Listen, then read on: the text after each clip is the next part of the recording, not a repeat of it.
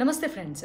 భారతదేశంలోనే కాదు ప్రపంచ దేశాల్లో ఉన్నటువంటి భారతీయులు ముఖ్యంగా హిందువులు ఈ దీపావళి పండుగని సెలబ్రేట్ చేసుకుంటాడు. నరకాసురుడు అనేటటువంటి రాక్షసుడు 16,000 మంది రాజకుమారులను ఎత్తుకెళ్ళి ఇంకా వారిని ఏం చేస్తాడో మీరే ఊహించుకోవచ్చు. ఆ 16,000 మందినే శ్రీకృష్ణుడు పెళ్లి చేసుకున్నాడు అతన్ని వధించిన తర్వాత. దానికి గుర్తుగా అందరూ దీపావళి జరుపుకుంటారు. అయితే మేల్కోటే ప్రాంతంలో ఇప్పటికీ కూడా దీపావళి జరుపుకోరు. ఒకప్పటి మాజీ సీఎం జయలలిత గారు కూడా ఎప్పుడూ దీపావళి జరుపుకోలేదు, ఎందుకంటే ఆవిడ కూడా ఆ ప్రాంతానికి సంబంధించిన వారు.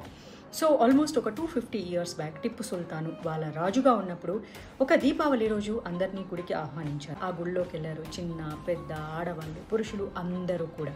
కానీ టిప్పు సుల్తాన్ సైనికులందరూ చుట్టుముట్టేసి పెద్ద పెద్ద ఏనుగులతో లోపలికి దాడి చేసి ఆడవాళ్ళను మానభంగం చేసి చిన్నపిల్లలను చంపేసి ఏనుగులతో తొక్కేసి లోపల పూర్తిగా తగలపెట్టేశారు. కొందరు మాత్రమే తర్వాత నెక్స్ట్ డే ప్రాణాలతో బతికి బట్టగట్టి బయటికి వచ్చేశారు. ఇప్పటికీ కూడా ఆ ప్రాంతంలో వారి తరతరాలుగా ఈ దీపావళి పండుగని జరుపుకోకపోగా వారి పూర్వీకులకు జరిగినటువంటి అన్యాయాన్ని తలుచుకుంటూ ఏడుస్తారు. మనందరం ఎంతో సంబరంగా జరుపుకునే దీపావళి ఆ మేల్కోటే ప్రాంతం వాళ్ళకి మాత్రం అది దీపావళి కాదు.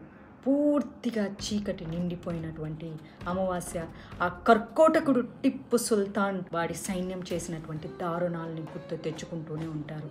ఇది ఎవరో లిఖించిన కథ కాదు. మీరు కూడా మేల్కోటే ప్రాంతానికి వెళ్ళి అక్కడి ప్రజలను అడిగితే వాళ్ళు వాళ్ళ పూర్వీకుల రక్తగాథను చెప్తూ ఉంటారు.